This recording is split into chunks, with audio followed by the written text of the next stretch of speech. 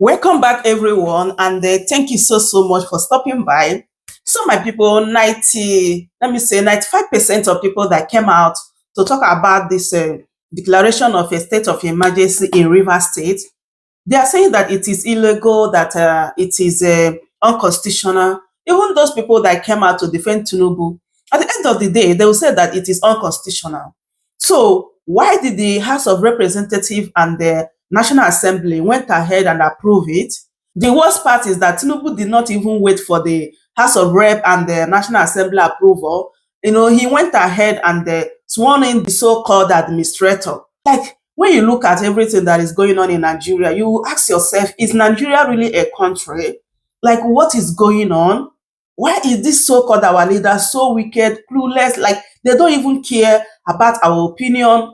And I remember what Senator Natasha said, that the National Assembly is like a court. Like, you don't even need to come out to say what they are doing there. If you do that, they're going to tackle you. They're even going to suspend you. Just as what happened yesterday, how Akpabio attacked a senator just because he came out on national television to say that he's not in support of what Tinubu did in Rivers State. It's as if you don't even have the right, to come out to oppose whatever that is happening in the National Assembly. Why is everything that Tinubu bring out, like National Assembly and House of Representatives, they will definitely approve it? So tomorrow now, you guys will go out there to go and vote. Like, what are you people voting for? These people are not for you. These people are not representing you. It is a clear evidence that they are not representing us. They don't have our interests at heart. They are just there for their selfish reason. They are just there to do boy for the president. This is so annoying, honestly. So in this particular video, you guys going to hear what a president of a Nigeria Bar Association have to say concerning this matter. Like, these people know that what Tinubu did is unconstitutional. Why is everyone keeping quiet? Why is the National Assembly and House of Representatives, went ahead to approve it? Like, if you think about this, it's so crazy, honestly. Let me allow you guys to just listen and hear what he said in this particular interview. Emergency on Rivers State.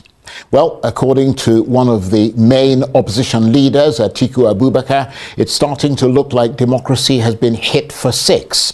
And when the rule of law starts to break down in a country, it can slowly tear the very fabric that holds that nation together, with the rot gradually seeping and spreading. He said Nigerians are watching with dismay the events unfolding, first at the presidency and then at the National Assembly around Rivers State. One analyst called it a perverse patriotism, where the National Assembly, an institution that is supposed to be a check and balance on the excesses of the executive branch, appears to have become merely a cooperating part of it. So how much does today's action in the National Assembly fall foul of the rule of law? By, first of all, approving what many lawyers argue was unconstitutional in the first place, and secondly, delivering that approval in a manner that many legal experts believe contravened the provisions of the Constitution. How much does it represent a fundamental breach of the same Constitution that the lawmakers have sworn to protect and defend?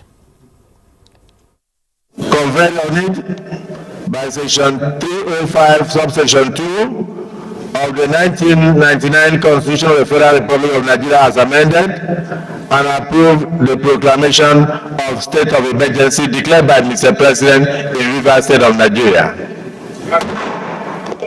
That the declaration of the state of emergency stated in the proclamation document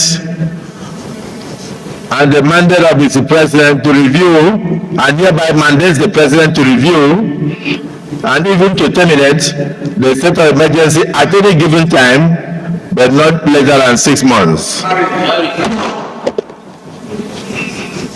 The Senate further resolved that Section 11, subsection 4 be invoked, providing the National Assembly the authority to set up a joint ad hoc committee of both chambers to oversight the administration of Rivers State henceforth. That's the president of the Nigerian Senate, Godswill Akpabio there. Well, for more on this, I'm joined now in the studio by the president of the Nigerian Bar Association, Afam Osigwe, who is a senior advocate of Nigeria. Thank you very much indeed for coming in. Thank you so very much for having me. What do you make of today's development in the National Assembly? The Constitution requires the concurrence of both houses, and that was how it went down, but it didn't meet the constitutional test as far as the mode of voting was concerned. I'm somewhat reluctant to discuss what happened at the National Assembly today. First, I didn't watch it. I've not had time to watch it. I've read a few excerpts of the news of what had transpired at the National Assembly. Now, you'd wonder why I'm a bit hesitant to discuss this. And the simple answer is that our position at the Nigerian Bar Association is that the proclamation of a state of emergency in Rivers State is unconstitutional.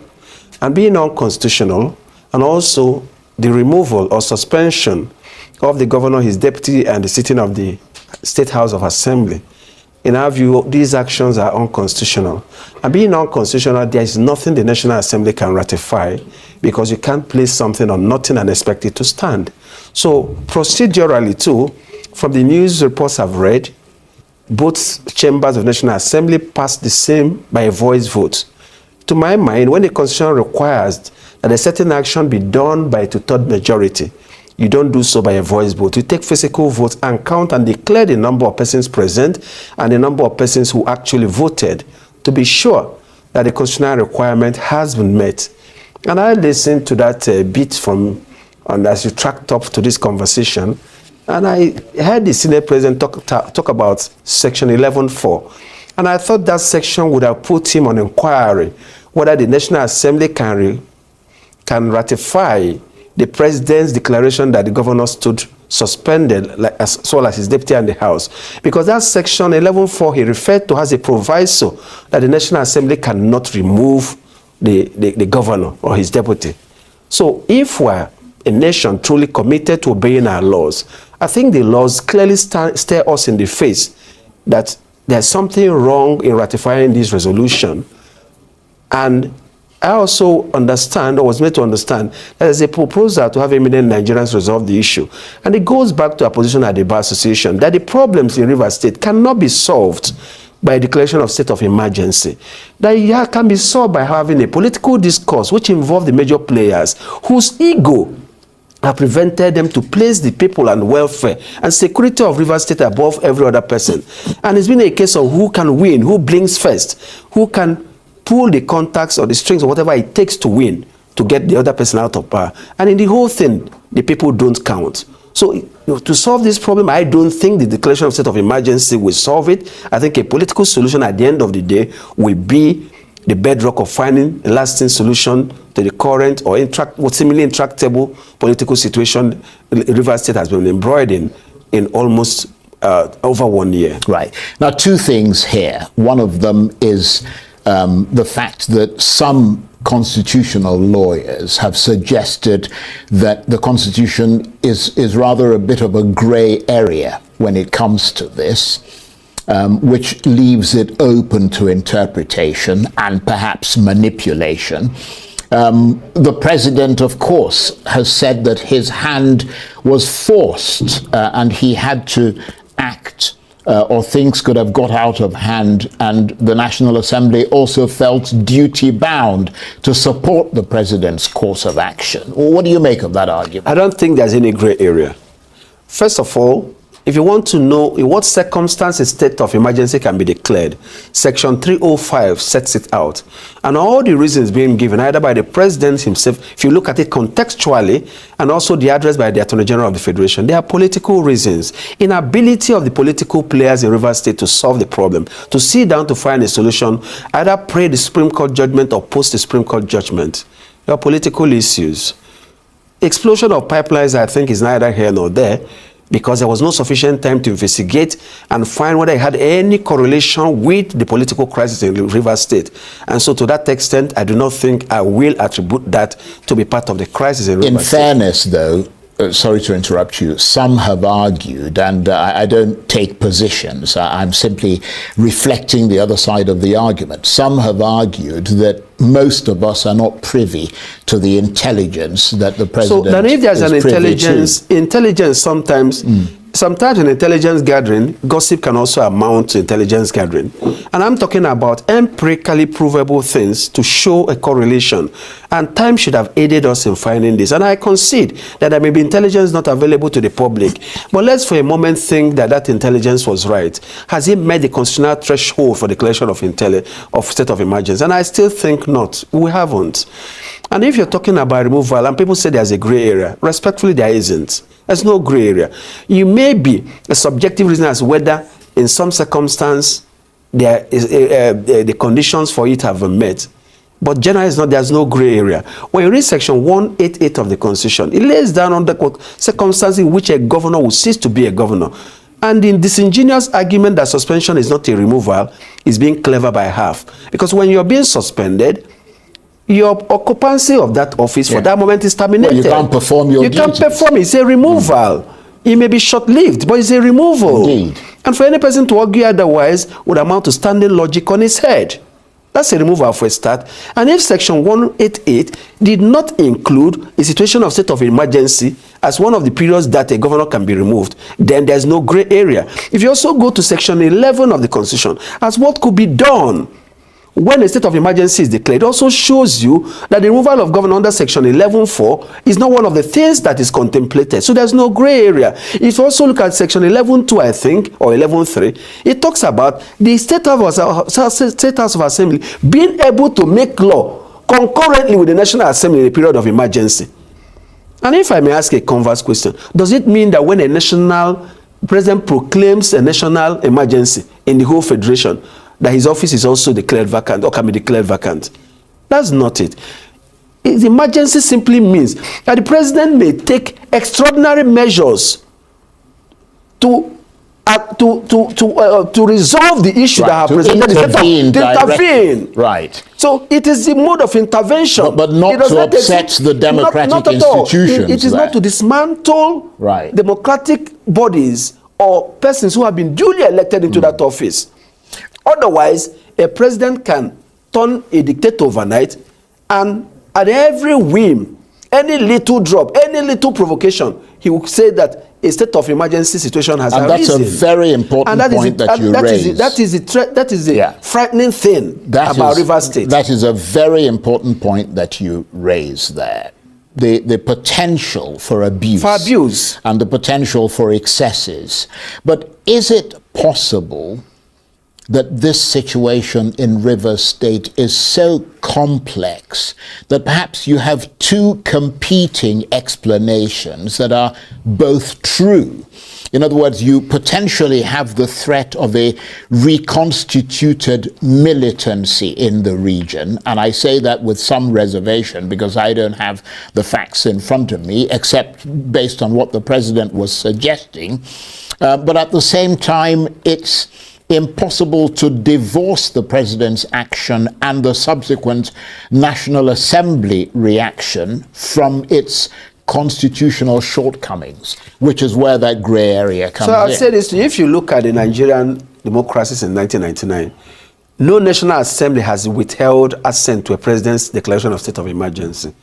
So I see the legislature has come to accept that when the president exercises that prerogative of declaring a state of emergency, rightly or wrongly, that they are duty bound to ratify it. So that may not be a good guide about it. And if they're talking about insurgency, militancy, and all that, there are possibilities. The point is, as at the time of the declaration, have the insurgency or militants risen or given room to believe that it will so rise as to create an immediate danger? Right. And in a clearly empirical way. Yes. You see, the combatants in the Rivers State issue are known. And I think not adequate effort was made to bring them to the table to resolve these issues. Despite the Supreme Court judgment, I insist, parties could have sat down and found solutions that work if they had placed the people of Rivers State above every other thing. If it was not about their ego, it was not about who wins and who loses, and who has to hide his head in shame to say, I told you I'll deal with you. It was a big ego fight. It was not about the people. And if the people had been at the center of the whole issue, we won't get to this point. We will not get to this. So we are using exercise of constitutional power to cure a political a situation that two individuals were driving and refusing to sit down to find a solution to. Anything other than that, I'm unable to agree. Well, let me move it in this direction and see what you think about it. I mean, there are those who say that this is all about doing everything to ensure that some form of control is maintained over an important swing state like Rivers as 2027 draws near. I may not want to go that far, but I want to say about political control in Rivers State. Who called the shots? Whether it has any bearing to do with the future election is something I'm not able to conjecture. I would want to concern myself with control of the levers of power within the state. How it affects national politics, I may not be able to go into, and I will leave the politicians to talk about that. I speak as a lawyer. The legal effects of actions, the legal justification or the wise of actions taken, and how the Constitution, and how to situate the actions taken within the context of the Constitution to justify, to find a justification for them, to see if there's any constitutional hanger on which we can hang this action to say, yes, under the Constitution, these actions can be carried out. But looking at those legal effects that you're talking about, do you think that the president can achieve what he wants to achieve in Rivers State, which is peace, through the imposition of a state of emergency? In other words, can he bring the governor and the minister to heel, as well as the restive elements in the state that he cited, by unleashing the might of the federal government on Rivers State? What is your assessment? You know, growing up, I was taught that you can force a horse to the stream, you can't make it to drink water. You don't impose peace on people. When you impose peace on people, you may obtain peace of the graveyard. And as a friend of mine used to remind us back there in the university, he said that peace does not mean the absence of conflict, but the presence of justice. What the Rivers needs is justice. How to bring this about, I may not be able to sit down here and tell you. But I will tell you, and I insist, bury the ego, place the people first, place the state first, and you find a solution. And I think the president has enough capacity and commands enough respect to be able to achieve. He can put his feet down and not favor one person against the other and treat every person with a view to finding a solution that works for the people. I'm sure that peace is realizable. The state of emergency as it is will not be able to achieve that, in my opinion. I mean, there may be, I spoke with some NBA branch chairman in Port Harcourt. They say that everywhere is quiet. That's kind of an air of, I don't know, I'm trying to find the right word to, you know what, like uncertainty. People are afraid of what would happen. The courts didn't sit yesterday, they sat today. People are unsure. And of course, what may happen. Yes. So it's as if people are a bit withdrawn, studying the situation. Yes. But I pray that there is no eruption. But ultimately, this comes, even if there is no eruption, which we all hope there won't be. There won't be, by God's grace. All this comes at a cost to the people of Rivers State, doesn't it? Most of whom have nothing to do with this fight between Wike and Fuba. There's that African saying that when two elephants fight, the grass suffer. While two political gladiators fight, it is the people that fight. I'm assuming the allocation of Rivers State is not released to it. I've read that it will be released or it has been released. It is the civil servants who have no dog in the fight, who will go home without their salary at the end of the month. It's people who have to benefit from the social services that the government is supposed to take care of with the allocation that will suffer. And possibly the inconvenience of sort of military people and all kinds of things all over the place. They have nothing to do with it, but they will have to suffer it. And the big men are sufficiently provided for that. They will not even know that the revenue has not been released. So the people will suffer, of course.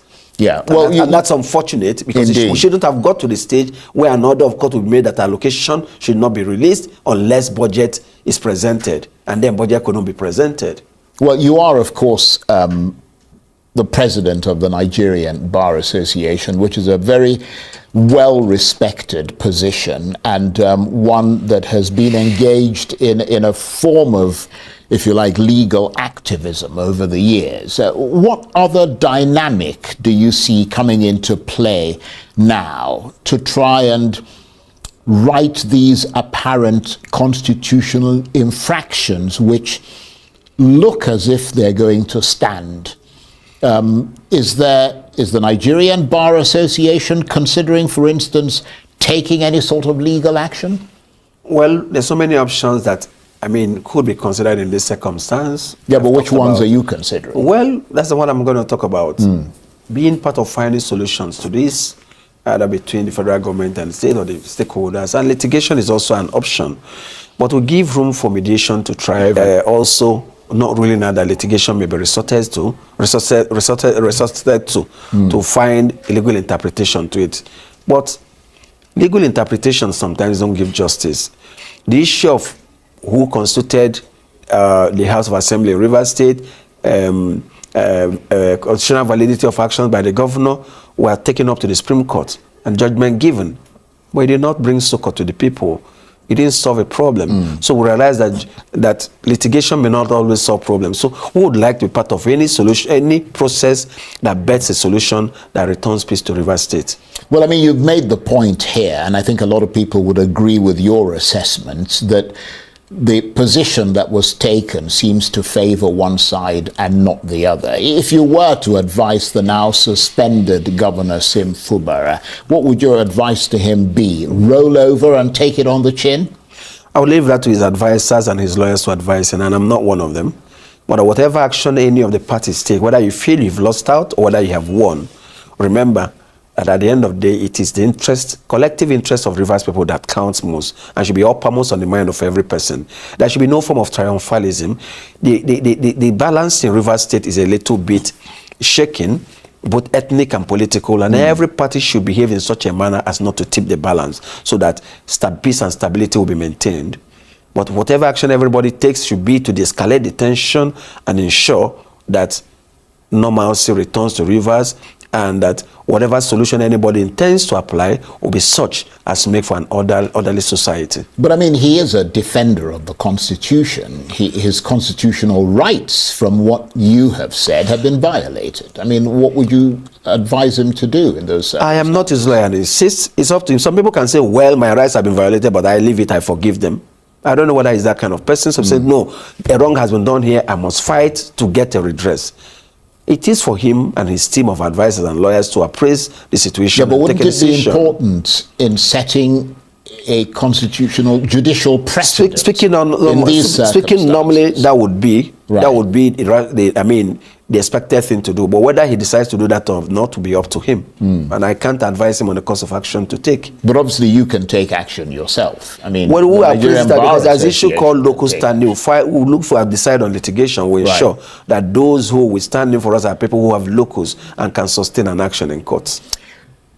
Looking at everything that has happened, which you have methodically gone through here, as you would, I mean, you're a senior advocate of Nigeria. You understand the Constitution. You understand the law. You understand the rule of law within a democracy. Would it be fair to say that democracy, rather than being protected, has been pummeled in Nigeria as a result of what has happened? My take is for every time there are constitutional infractions, democracy takes a hit.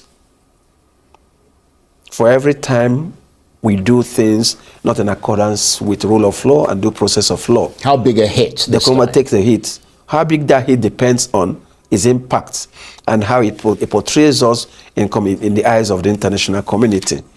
And I think this doesn't make us look good. It's quite a hit. On that note, I want to thank you very much indeed, and to say we're deeply grateful to you to have taken time in what was clearly a busy day for you to come here and talk to us. Afam Osigwe is the president of the Nigerian Bar Association. He's also a senior advocate of Nigeria. Thank you very much indeed. Good to see you again. Thank you. So my people, that is it. I hope you guys heard what President of Nigeria Bar Association said in this particular video. Just as I said before, that everyone is saying that it is unconstitutional for Tinubu to remove the elected governor Sim Fubara. So now that the House of Rep as well as National Assembly have approved it, like what next? Even some member of House of Rep and Senate, they said that it is unconstitutional. But you guys saw that yesterday. They went ahead and approved it. Like, which way, Nigeria? My people, I said, make I bring this update so that you can hear what a president of Nigeria Bar Association said concerning this matter. So don't forget to subscribe if today is your first time here. Share the video and give it a like. Thank you so much for doing so. I will see you guys in my next update. Goodbye for now. Welcome to Chamress News TV.